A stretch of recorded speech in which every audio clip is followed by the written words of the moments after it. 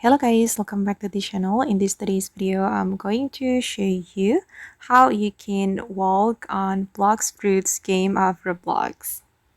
Okay, this is a very basic tutorial guys. When the first time I played this game, I was very confused on how to walk.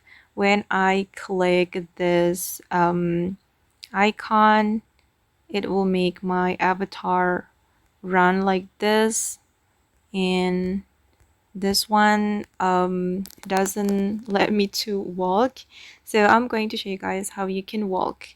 Usually when I play the other Roblox game, if I want to walk, I just need to move like this, but unfortunately it can't work here. So if you want to walk, you can use this analog.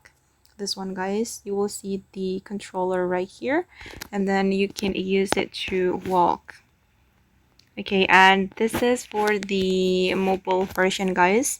If you want to walk on your PC, you can use the control button.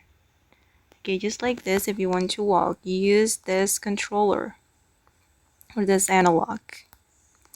Okay guys, and that's how you can walk on the Blox Fruits game Roblox mobile version. I hope this video will be useful for you. Thank you so much for watching, and bye.